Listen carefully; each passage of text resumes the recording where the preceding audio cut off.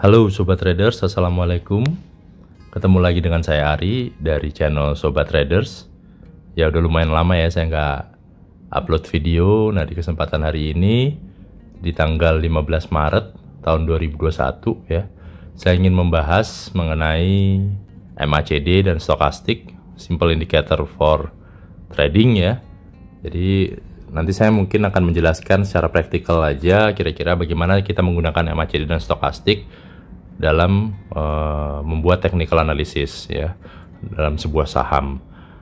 Oke, sebelum masuk ke topik ini, seperti biasa saya akan bahas mengenai IHSG, bagaimana tadi pergerakannya hari ini, terus di closing di harga berapa, terus kemudian untuk besok IHSG kira-kira akan seperti apa. Oke, kita langsung aja ke IHSG. Oke, seperti yang teman-teman lihat ya, IHSG hari ini closing di level harga 6.324 atau turun minus 0,53%. Ya, tadi di pagi hari IHSG seperti biasa sempat naik dulu, kemudian di bawah turun, sempat naik lagi, dan akhirnya terus turun. Ya, terus turun dan closing di area 6.324. Nah, ini sebenarnya masih cukup baik lah, masih cukup oke. IHSG closing di atas 6.300, masih cukup aman. Ya, masih wajar koreksinya. Dan kalau kita lihat di sini, untuk turnovernya sendiri sekitar 11,1 T ya, tidak terlalu besar ya turnover IHSG hari ini. Kemudian untuk saham yang up hari ini 253, saham yang down ada 233, yang tidak berubah ada 153. Nah, kalau kita lihat ini kemarin IHSG sempat di minggu lalu ya, sempat di awal minggu di tanggal 8 dia merah, kemudian merah lagi, kemudian sempat hijau. Terus kita tutup bursa ya, tidak buka hari bursa, libur. Kemudian di Jumat dia sempat hijau kembali. Nah, hari ini dia merah. Kita lihat besok akan seperti apa. Oke, sebelum masuk ke chart, kita lihat dulu hari ini mengenai foreign sell atau buy ya. Untuk foreign net sell-nya sendiri hari ini ada minus 160 miliar ya, 160 miliar. Jadi foreign hari ini keluar sebesar 160 miliar. Ya, bisa dilihat di sini. Ya, jadi foreign sell-nya lebih tinggi walaupun tidak terlalu besar, cuman dia bisa membawa IHSG turun ya.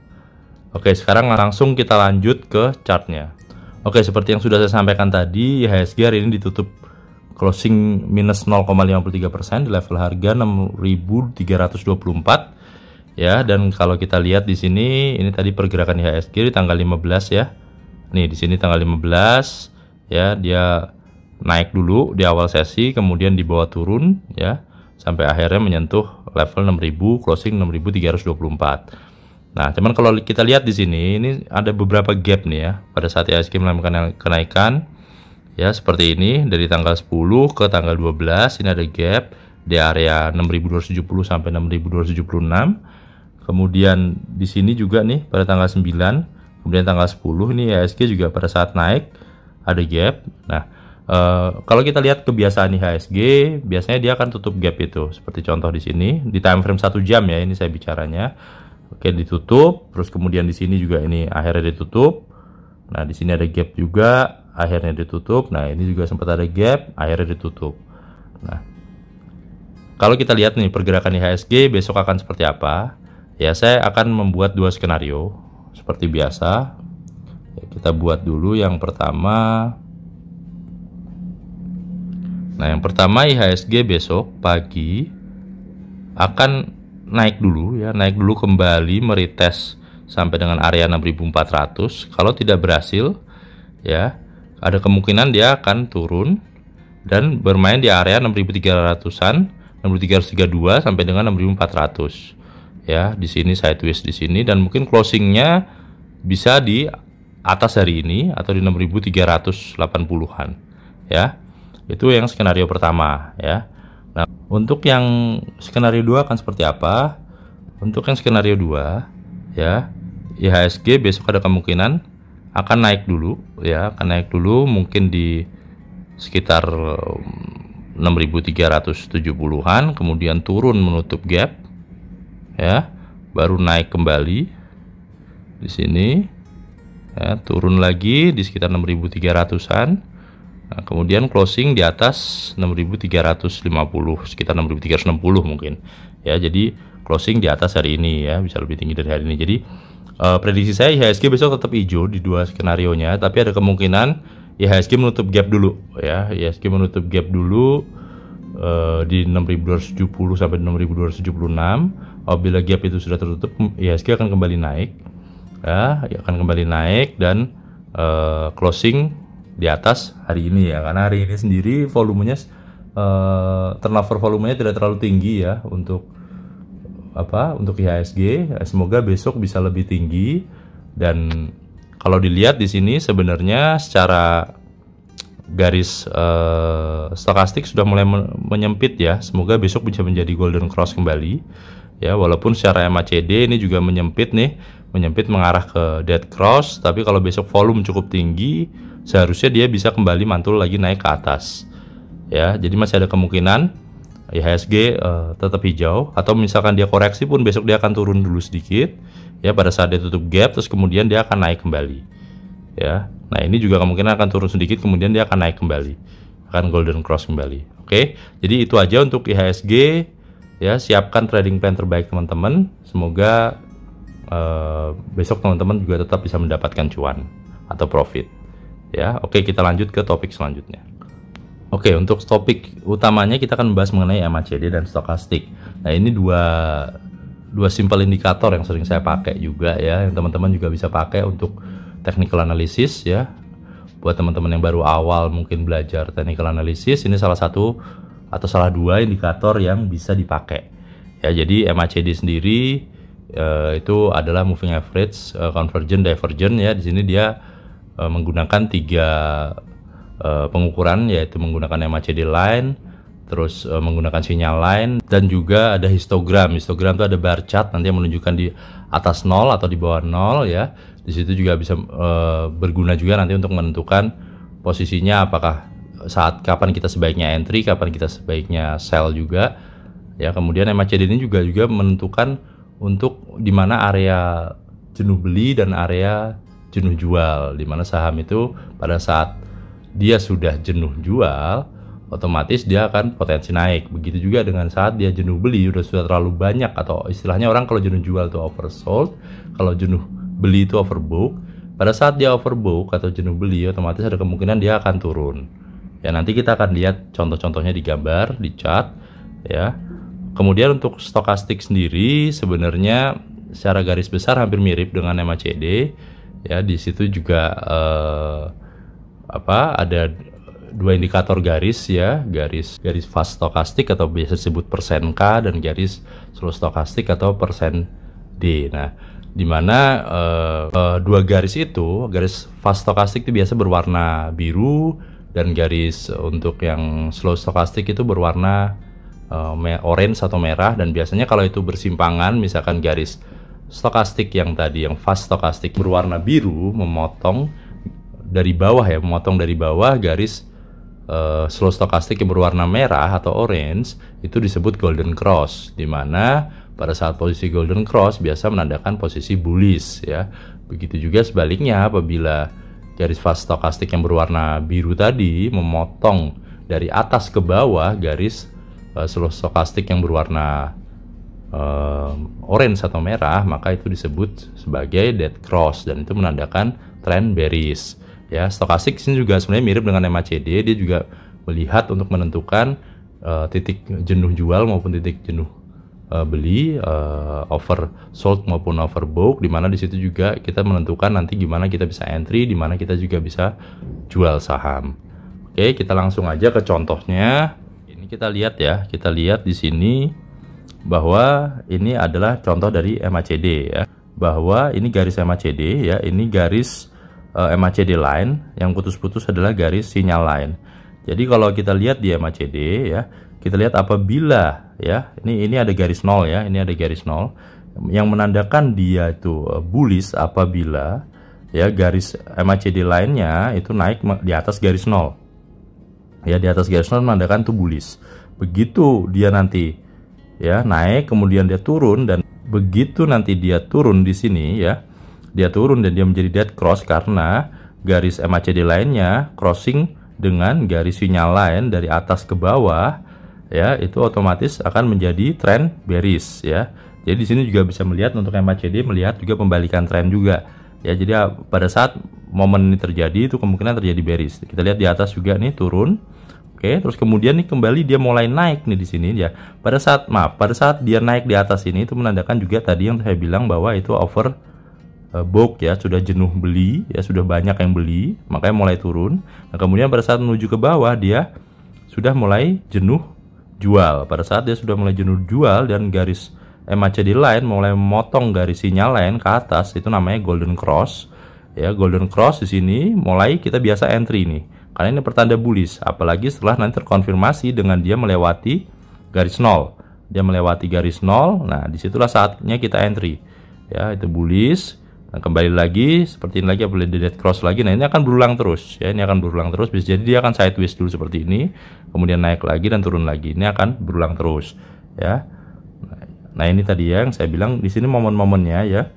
Pada saat kita di sini sudah beli nih, pada saat dia naik di sini kita bisa beli. Nah, pada saat dia mau mulai dead cross kita jual, ya. Atau sudah mulai mengarah ke bawah nggak harus nunggu dead cross, kita bisa jual. Ya, begitu ini mulai golden cross nih di sini kita mulai beli. Ya, terus naik lagi kita bisa TP, tidak harus nunggu sampai dengan dead cross. Pada saat dia sudah mulai mengarah ke bawah, ya, kita juga bisa mulai jual. Seperti itu seterusnya, ya. Nah, sekarang kita lihat secara histogramnya atau bar chartnya.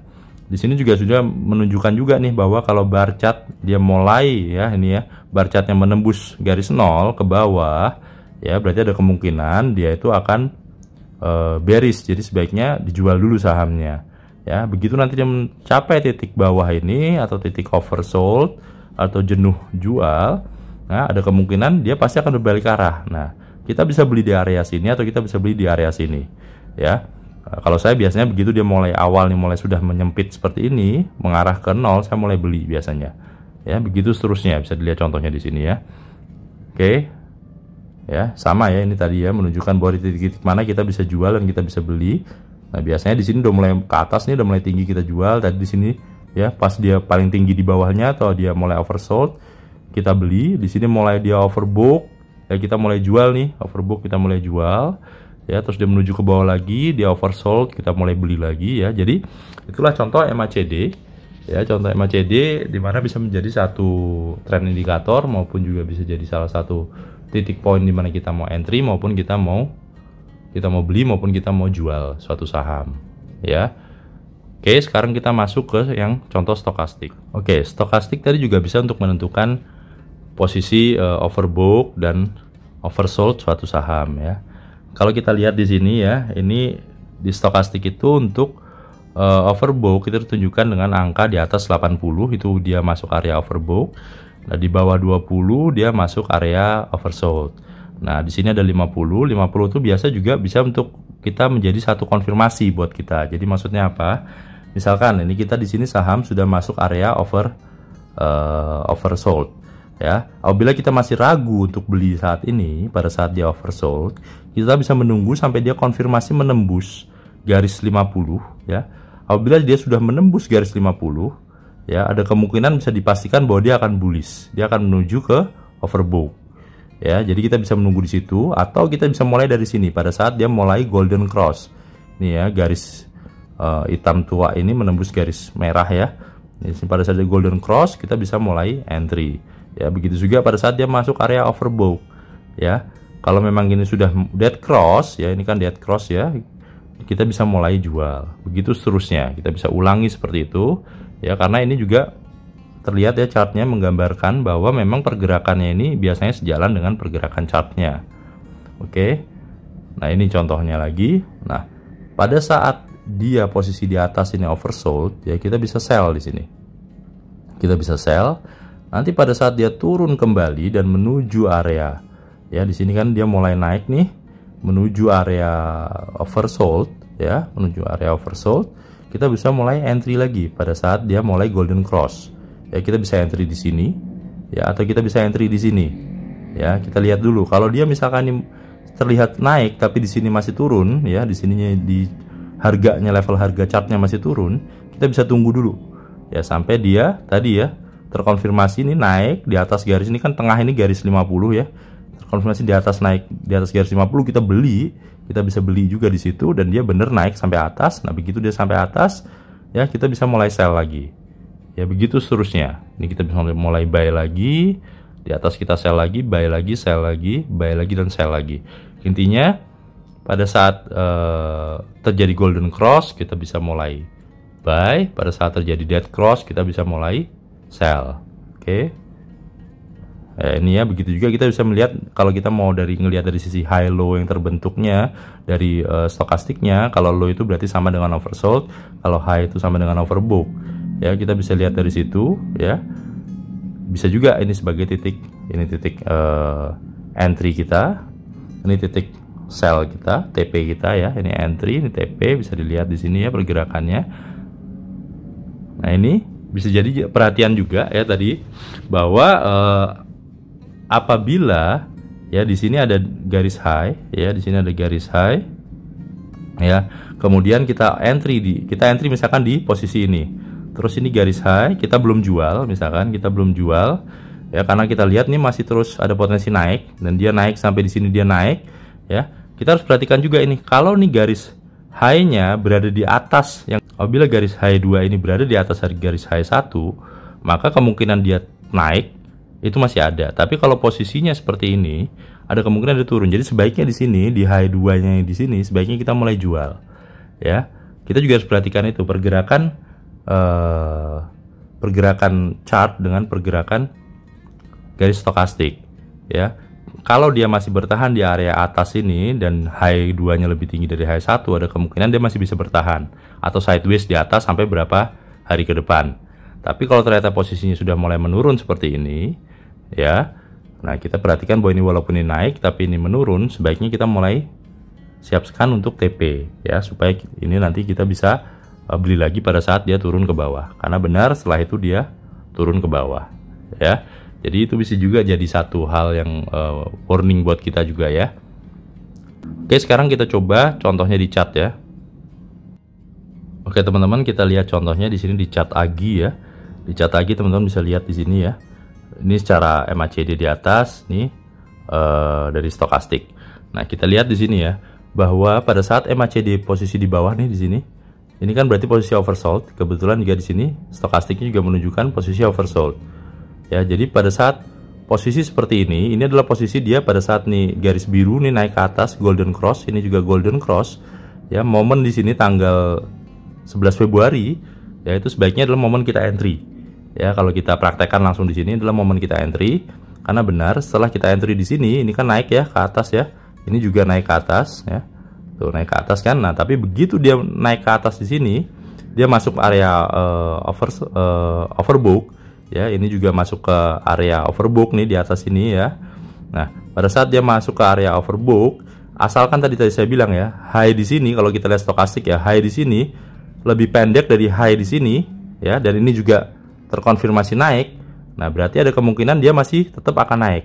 Ya, tapi kalau high di sini lebih pendek, di sini high di sini lebih tinggi daripada high di sini, maka dia ada kemungkinan akan turun. Nah, kalau kita lihat di sini dia masih ada kemungkinan naik karena high-nya lebih tinggi. Jadi, pada saat di sini kita bisa lihat nih juga masih posisi naik ya, kita masih bisa hold saham tersebut. Nah, pada saat mencapai titik tertingginya di sini, ya ini juga mencapai titik tertingginya, bisa lihat bar chart di atas nolnya, mencapai titik tertingginya. Kalau kita masih akan hold, ya kita bisa pasang trailing stop untuk besoknya, karena ada kemungkinan setelah itu nih arahnya kan mengarah ke bawah nih, udah mau mengarah dead cross. Jadi kalau kita nggak mau TP di sini, kita masih belum yakin, kita bisa pasang trailing stop. Kenapa? Karena ada kemungkinan dia turun. Dan benar ya, kita lihat di sini hari berikutnya dia turun. Ya dia turun, ya bisa dilihat di sini dia turun secara stokastik. Walaupun secara MACD dia masih terlihat di atas di area overbought, tapi dia sudah histogramnya atau bar chartnya sudah menipis menuju ke 0. Dan benar begitu dia semakin ke bawah terjadilah dead cross di MACD. Begitu juga di stokastik, dia dead cross, dia turun ke bawah ya. Nah, kita bisa lihat sampai ke level dia oversold. Nah, pada saat level oversold kita bisa entry lagi di sini. Ya, kita lihat setelah kita entry dia bisa mulai golden cross kembali ya, golden cross kembali dan sempat bertahan di atas ini walaupun ini volumenya kecil ya, tapi dia sempat naik ya, naik di sini. Nah, kemudian dia mungkin sudah semakin jenuh, dia sudah mulai dead cross kembali, harusnya kita udah sell lagi sampai dia turun kembali. Ya, sampai dia turun kembali, ya kita lihat di sini dia masih turun terus karena dia posisi masih di bawah. Ini juga histogram atau untuk bar chartnya juga masih di bawah 0 ya. Jadi memang ini belum momen kita buat entry. Kita tunggu dulu karena dia masih fase sideways di sini. Nah, momen entry adalah pada saat nih mulai dia golden cross-nya kelihatan naik ke atas nih. Golden cross-nya kelihatan naik ke atas. Ya, golden cross-nya kelihatan naik ke atas. Disinilah momen kita mulai entry kembali. Ya, begitu dia naik ke area overbook kembali ya, dan dia mulai menurun ke bawah kembali stokastiknya, itulah saatnya kita exit. Ya, karena ini sebenarnya sudah terbukti ya, kalau di sini sudah terbukti bahwa pergerakan ini sebenarnya secara stokastik maupun MACD itu bisa terbaca dan bisa kita jadikan satu patokan untuk kapan kita entry dan kapan kita exit. Oke, jadi ini contohnya langsung dari AGI ya, saham AGI, teman-teman bisa lihat ya. Nah, kalau dilihat di sini, ini AGI belum mencapai bottom nih ya. Jadi buat teman-teman yang mau masuk sekarang, hold dulu, WNS dulu, wait and see dulu. Kalau dia sampai menuju level sini, oversold di sini dan mulai mengarah ke atas untuk golden cross ya, dan ini bar chartnya merahnya belum kelihatan. Kemungkinan dia akan kelihatan dulu merah mungkin di sini, atau mungkin misalkan dia nggak merah pun, asalkan dia golden crossnya sudah mulai naik lagi ke atas, bar chartnya mulai naik lagi ke atas, ya teman-teman bisa mulai entry. Tapi ini sepertinya dia masih akan menuju ke bawah dulu sedikit, ya sampai area oversold. Oke, jadi itu aja contohnya di chart. Semoga bisa membantu teman-teman memperjelas penjelasan saya mengenai MACD dan stokastik. Ya, sekali lagi mohon bantuan teman-teman bisa support channel saya dengan cara subscribe, like, komen dan share apabila teman-teman berkenan. Sekali lagi terima kasih sudah menyaksikan video saya. Sampai bertemu di video saya berikutnya.